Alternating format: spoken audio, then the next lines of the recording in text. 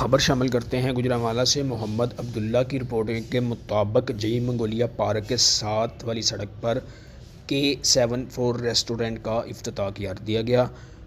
इफ्तिताह के मौके पर बहुत से मेहमान आए, बहुत रहनुमा आए जिन्होंने इसका इफ्तिताह किया और इनके वर्कर और इनकी मैनेजमेंट भी बहुत अच्छी है और वर्कर बहुत खुश इखलाक हैं। बाकी जानते हैं मोहम्मद अब्दुल्ला की इस रिपोर्ट में।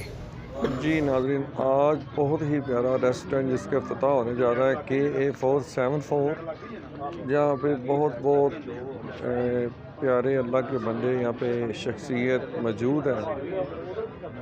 आपको ये रेस्टोरेंट दिखाते हैं, रश देखें आप जो आज इफ्तिताह हुआ है इसका। इनके पास खाने बहुत नाइस और प्लेटर रेसिपी भी बहुत नाइस।